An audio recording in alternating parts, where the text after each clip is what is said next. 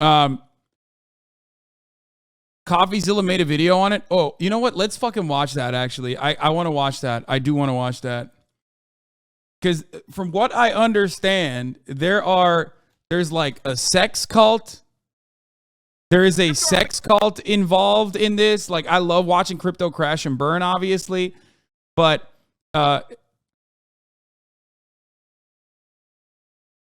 bro went from 30 bill to 0 bill. Yeah, no, there is. You'd be a billionaire if you had shorted all the advertisers who spent at the Super Bowl, Meta, crypto, shit, Peloton, all in the toilet. Yep. Y'all, they were banging and very ugly. What they own part of Team Solomid, by the way, for those of you who don't know. They did go and buy failed crypto exchange. FTX was ran by 10 people who lived together and were involved romantically. Yeah. Dude, there is sex involved. There is sekkasu and orgies and taking a fucking tanking company, buying it, and then putting your like girlfriend in charge of it. There's so much scandal, dude. It is the libertarian paradise, baby. It is literally, it's basically just what happens when you get like all these fucking libertarians together and put them in a fucking polycule, okay? They fuck you, okay? And then they fuck each other, and then they fuck themselves, inevitably. God, it's awesome. Man, crypto stuff is so funny. Another lock, for the record. Another thing that I have been so profoundly correct on. Oh my God, dude. Off without my math degree. Yeah, absolutely could pull it off without my math degree. Use very little math. Use a lot of like elementary school math. Being comfortable with risk is very important. We tend not to have things like stop losses. I think those aren't necessarily great. Why is Greek God X interviewing the CEO of Alameda? That's weird. Risk management tool. Trying to think of a good example of a old Greek trade where I've lost a ton of money. Well, I don't know. I probably don't want to go into specifics too much with that.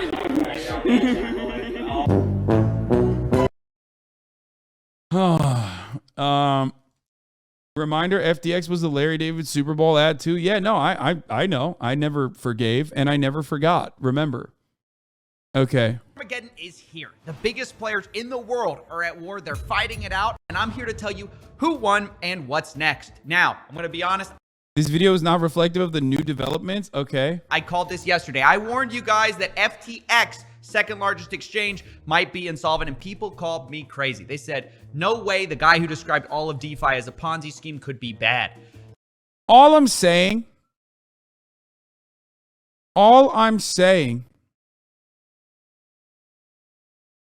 is that if the Alameda CEO could sleep her way to the top, so can you. Okay? That lady that we just looked at, if she can fuck her way to the top, what is stopping you, chatter, from fucking your way to the top? Huh? What? This story, a lot of people will look at this and go, oh, gross, libertarians that are like fucking each other and like fucking everybody else and fucking themselves now. Like, well, the inspirational side of the story, the silver lining, is looking at a person and saying, you know what? I can do it too. If she can do it, so can I. That's right. Sam Bankman-Fried, he's just too smart. FTX, after all, is endorsed by Tom Brady. What could go wrong with another celebrity endorsement? People like Larry David backed FTX. Never forgive, never forget. Surely your funds are safe.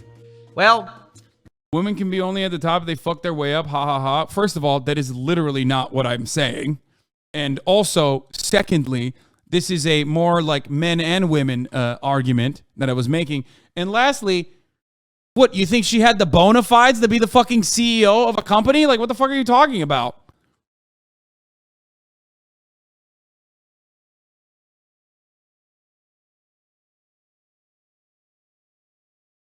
Can we do some jokes, dude? Can we have like a couple jokes there?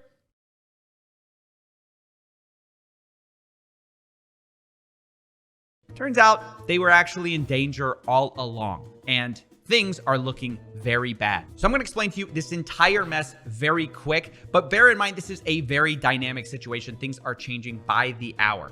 But let's get into it. Once there existed two rival crypto exchanges, Binance and FTX, the number one and number two crypto exchanges. And their CEOs, CZ and SBF, or Sam Bankman-Fried, hate each other. That's an important part of this story. But things were calm at first, for the most part. They played nice for years, until recently, SBF decided to take a pot shot at his competitors' attempts to work with regulators and said, he is allowed to go to DC, right? Implying that CZ was banned. Now, he didn't know it at the time, but SBF set off World War III in crypto with this tweet, and he might have signed his own funeral. Because a few days later, a report came out from CoinDesk leaking FTX's financial balance sheet. And what it showed is that they had a lot of money, but it was sort of locked up in all these token projects they were a part of, most notably in FTT token, Solana, and other projects that they were behind. And they couldn't sell the projects anytime they wanted to. In other words, even though they had billions of dollars worth of assets, they weren't very liquid, and it was arguable that some of the coins weren't that valuable. So they couldn't get access to these funds immediately. Meanwhile, they had huge liabilities of $8 billion, $7.4 billion of which were loans. Now, Dirty Bubble Media, who is the person who called out the collapse of Celsius, which we've talked about extensively, picked this up in a scathing report. In it, he suggested that FTX and Alameda Research might be insolvent because all their money was locked up in these tokens that might be worthless. And if everyone tried to withdraw their money all at once, the company could likely not pay off their liabilities. Now, CZ saw this and decided to take an opportunity to strike against his biggest rival. He announced that day that because of recent revelations, which because of that report, quote, we have decided to liquidate any remaining FTT on our books. Now, this was massive given that FTX's number one holding was FTT. Their competitor Binance is saying that they're going to dump up to $2.1 billion worth of it on the open market, causing that price to plummet. Now, all of a sudden, you don't even have illiquid funds. You just have none of those funds. So even though CZ said that this was not a move against a competitor, it kind of looked like it was, right? Of course, he's going to say that. In reality, he knew what he was doing. Now, immediately, this stoked all sorts of fears about the solvency of FTX. And the fear spread like wildfire. Is FTX the... There is no echo. There is no way you're hearing an echo. I'm monitoring the audio. His echo is actually horrible. You need some sound damping badly, lol. Like, there's no... What is happening right now? Like, it's probably in the original video. You guys are... It's not happening on my end. It's not one guy. There's like a bunch of people that are fucking... The next Luna. Is FTX the next Celsius? And people started to withdraw funds like crazy, which honestly was the logical move to make. The problem with crypto exchanges right now is that because there's no monetary insurance on your money, even if the probability of an exchange going bust is less than 1%, you still have to take all your money out, because if they do go bust, you lose everything. If it doesn't go bust, you only lose a fraction of a percent on trading fees for being cautious. And so there's really nothing to risk by taking your money out, and there's everything to risk by keeping it in. So basically that means bank runs are extremely common these days, and a lot of these exchanges, they're really not ready for it. In fact, Sam Bankman-Fried himself said that a lot of crypto exchanges are secretly insolvent, which was a bit of weird foreshadowing. But at first, it looked like FTX wouldn't go insolvent. A lot of people said this was very unlikely, since in the past, they've looked very strong. And that's what they basically said. They said, look, it's no big deal. This is all FUD, nothing to worry about. Alameda Research, who is closely tied to FTX, actually responded about these leaks in their financial balances. And they said, quote, they have $10 billion worth of... Shut the fuck up. It is not coming from my fucking microphone. What the fuck is wrong with you, weird... Dude, if you have studio speakers, if you have studio headphones on and you're thinking like, oh, the echo is probably coming from your microphone, shut the fuck up! You hear me? Ah, shut up! How about that? Was that better? For your fucking audio pervertry? That's what you fucking get for your audio pervertry. I hope it fucking blew out your goddamn eardrum, okay? Fuck. Now you won't be able to hear an echo because you won't be able to hear anything, okay? There is another guy I despise more than people wearing $5,000 headsets on to just be like, oh my God, my fucking personal experience is like, is ruined, okay? Is ruined for a brief moment. I'm going to fucking make it everybody else's issue. Shut the fuck up. You're annoying as fuck. The echo is coming from the fucking YouTube video, okay? Shut up. Holy fuck. Of assets that aren't reflected there, and that also they have returned most of their loans by now. And most shocking of all was that they offered CZ to buy all of his FTT off market for $22 each, near the current price. Now, the reason for this is obviously to show that, okay, we're not scared. We've got the money to back this up. And if you really aren't trying to sink us as a competitor, you'll be happy to do this private deal, get a better price, and not impact our price. It would save both parties a lot of headache. But unsurprisingly, because these guys hate each other, CZ wasn't having it. He said he was going to stay in the free market, signaling that he fully intended to squash the price of FTT, and he did. FTT dropped over the next 24 hours 30%. And not only that, reports started showing that FTX withdrawals were increasing. The bank run really was happening like CZ wanted. And this is where we have to go back to Alameda's CEO, what they said about having $10 billion worth of assets, because there's some really key caveats about those claims. What are those $10 billion worth of assets? Are they cash? Because if they are, they're probably fine. But if there's something like more FTT. Okay, I thought he was going to talk about like not the boring nerd stuff behind, but instead like the weird, juicy gossip and the drama.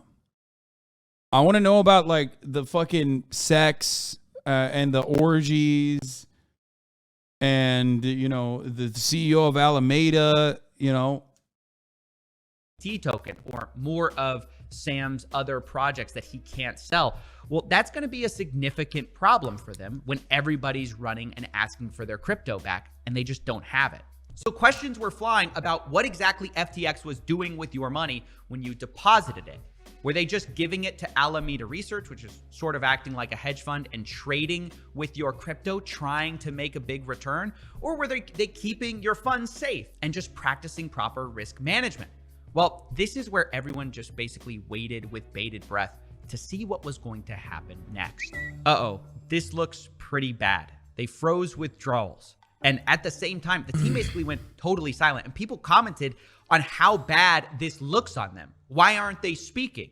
And people started to circle back to old clips of Sam Bankman-Fried describing DeFi and crypto as basically a Ponzi scheme positively. And they basically FTX lent a lot of customer funds to hedge fund that Sam found Alameda, and so they were not liquid. Is it true or is it not true that out of the $56 million that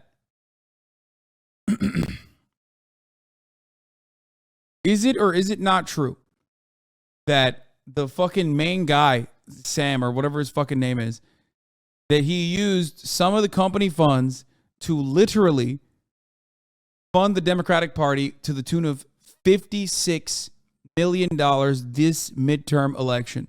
Because I saw his name on the top donors list. And I know he spent like around 56 million. And and from what I understand, Bankman, okay, was potentially using money from the company account to fund Democratic campaigns, which is awesome. He was lobbying for a friendly crypto regulation from the party that he was talking about regulation. Yeah. I wonder, how did any of us trust this guy? I think of myself as like a fairly cynical person, and that was so much more cynical than how I would have described farming. Like, you're just like, well, I'm in the Ponzi business, and it's pretty good. At no point did any of this require any sort of like economic case. It's just like other people put money in the box, and so I'm going to too, and then it's more valuable, so I'm going to put more money in. And at no point in the cycle did it seem to like describe any sort of like economic purpose. So yeah, things are looking. Yeah, he was really the grim. sixth top donor for the Democratic Party and sixth top donor overall. You're clinched up right now. Take a deep breath. because things look like they might be fine.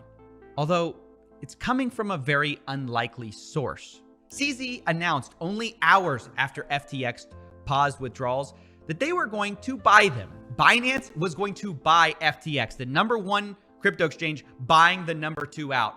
Quote, this afternoon, FTX asked for our help. There is a significant liquidity crunch to protect users. We signed a non-binding LOI intending to fully acquire FTX.com and help cover the liquidity crunch. Now, I'm at a loss for words. This is insane. If you're not sure what's just happened, CZ basically set his competitor on fire by stoking rumors of insolvency, and then showed up with water buckets later, basically acting like the hero, saving the day. He just bought FTX out for likely pennies on the dollar in a move that's honestly going to go they down didn't, right? as a bit They actually of have not. genius and also cutthroat strategy. And FTX has gone under now. A shark move. Now, in the next few months, you're going to see SBF and CZ try to spin this whole thing as if there's no conflict between them and there was never any problems. That was just a rumor, but don't believe it. This beef was very real. Only days ago, CZ was saying that we won't pretend to make love after divorce and that, quote, we won't support. Company's latest round of financing raises valuation like 70 billion, so 50 million in lobbying isn't that a step? I mean, I know, I'm just thinking about aspects of it that touch my line of work. Support people who lobby against other industry players behind their backs. So very much, these guys did not like each other, and one of them just won the war. So the fact SBF let himself get bought out by probably the man he hates most in crypto just shows you how badly they must have been short on cash or the crypto that was being withdrawn. I mean, I promise you they exhausted every other option. In fact, reports are... I have a savings account with a company called BlockFi with savings in it, and they apparently got a loan from this FTX company, and now they're preventing withdrawals. Wait, what? Please pray for me. Oh, no.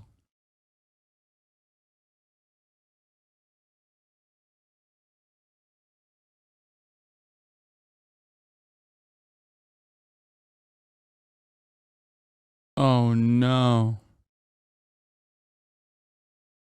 Toronto Teachers Pension Fund also had a huge stake in it. Stop. These motherfuckers made crypto moves. Dude, you should unironically be shot, okay, for treason. Like, you should be hanged in the fucking public square if you take people's fucking pensions and put it into cryptocurrency. The fact that, like, pensions are on the stock market in general is already psychotic to me. Like, jail for you across the board. But, like, you should literally be executed by the state.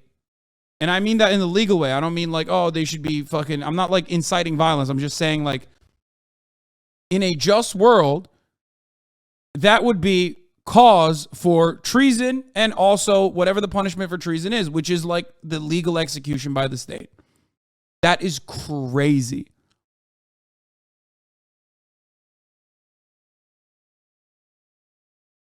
Ontario teachers' pension has money in it from everything. From Toronto Maple Leafs to Ubisoft, they're almost in everything.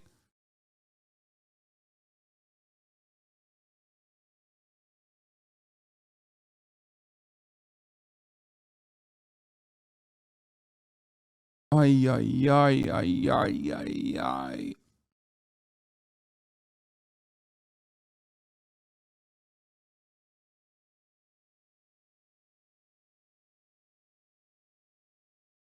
Like,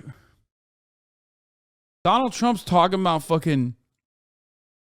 Donald Trump is talking about executing drug dealers, bro. What about these motherfuckers? You know what I mean? They're already coming out that FTX was courting basically everyone in Silicon Valley, seeking more than $1 billion. But that by mid-Tuesday, the hole in their balance sheet looked to be significantly deeper. And in the end, they had to sell out to their biggest enemy. Now, what does all of this mean? Because for one, this represents a huge centralization in the crypto space. Everyone wants to be decentralized. Well, the number one buying out the number two is sort of a big problem if that's your goal. There also remain huge questions like how they could have been out billions of dollars in the first place and how exactly they were safeguarding customer funds if suddenly they find themselves at a multi-billion-dollar hole in their balance sheet after people actually look to get their money out. It seems to be yet another lesson. Credit union doing crypto is for sure a sign the bubble of the end stage of capitalism is about to burst. Yeah, it's that's crazy. I mean, even if people are going in like 1%, 2%, that's still fucking bananas, okay? I don't think capitalism, I mean, the government will always step in. The welfare state will always step in to prolong and continue the capitalist organization of the economy, no matter what happens. But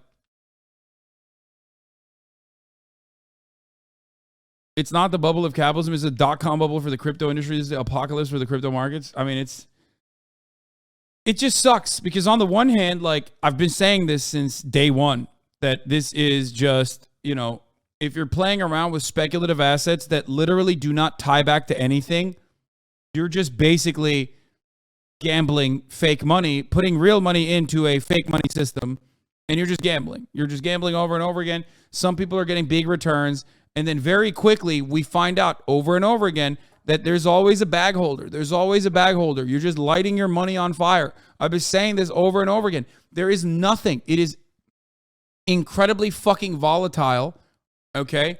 And there's nothing that like anchors it. There's nothing that anchors it. There's no fundamentals to look at. It's just pure confidence, okay? The issue, on the other hand, is that even if you are avoiding crypto, right? And your parents are avoiding crypto, their 401ks might be tied to it in some way. Their pensions might be tied to it in some way. It is the future, though. Man, it's not the future in the way that you think it is, okay? You think it's a future utopia. It's a future dystopia, and it's not in the future. It's here, okay? It's an indication of the end times.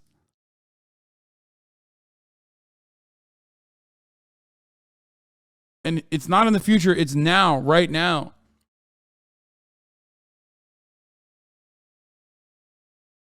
Fundamentals, bro. What's the take? It is a Ponzi scheme, but the U.S. is a Ponzi scheme. So what's the difference? I love when fucking dumb libertarians talk about this, okay?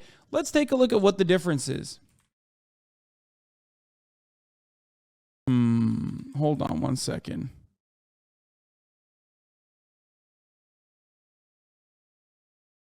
The difference.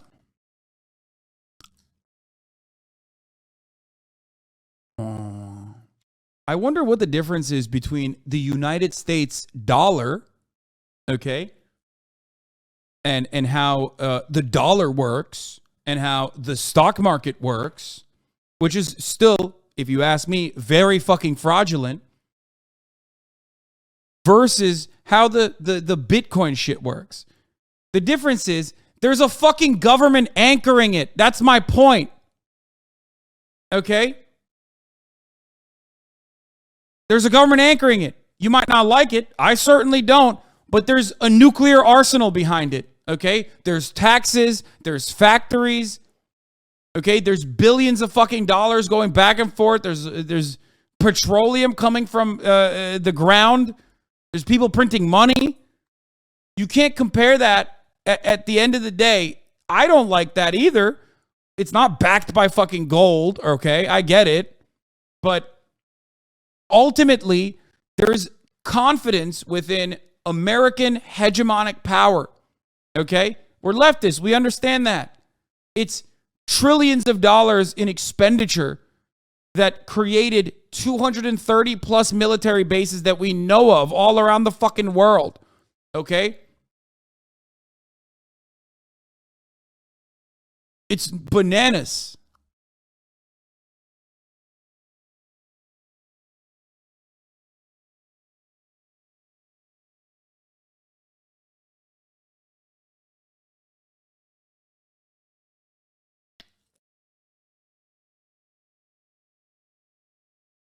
Both true Ponzi's in actuality?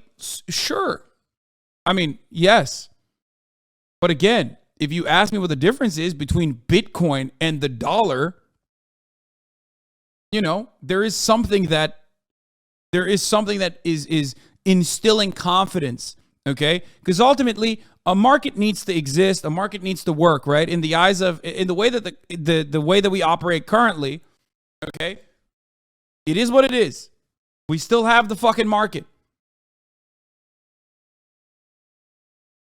And while there are a lot of inefficiencies and a lot of instances where it shows that the stock market is also just fucking bullshit as well, the comparison between a financial tool that you use that is still backed by a financial tool that is still used and that is backed by governments versus one individual fucking dumbass, okay, is pretty obvious. This is what you get with one individual dumbass who could tank a fucking company and evaporate billions of dollars like that versus the United States of America. That's it. Are you saying that not all speculative assets can be sevens? Contradicting yourself much? That's funny. Federal Reserve, government regulation, large 401ks with interest growing, invested in the stock market is the difference. One is grounded, the other is not.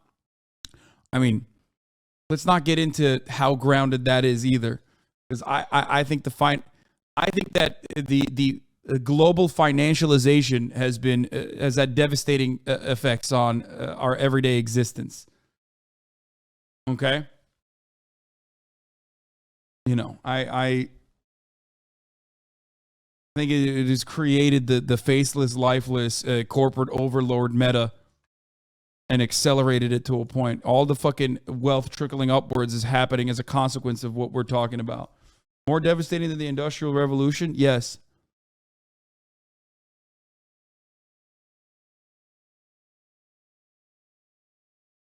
Can we get back to the video? Is it a boring libertarian shit? The video is over here.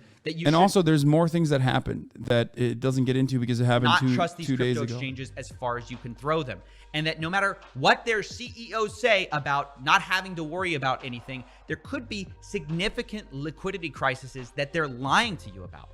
And on that note, I want to remind you that this deal is non-binding, and Binance can get out if the due diligence doesn't pan out, or if they just don't want to do it. So if you're invested in FTX and didn't get your money out when I and others started telling you guys that they were likely to be insolvent, it's not time to relax. Binance isn't necessarily going to save you, and you should explore all your options because your funds might still be in danger if this deal doesn't work out.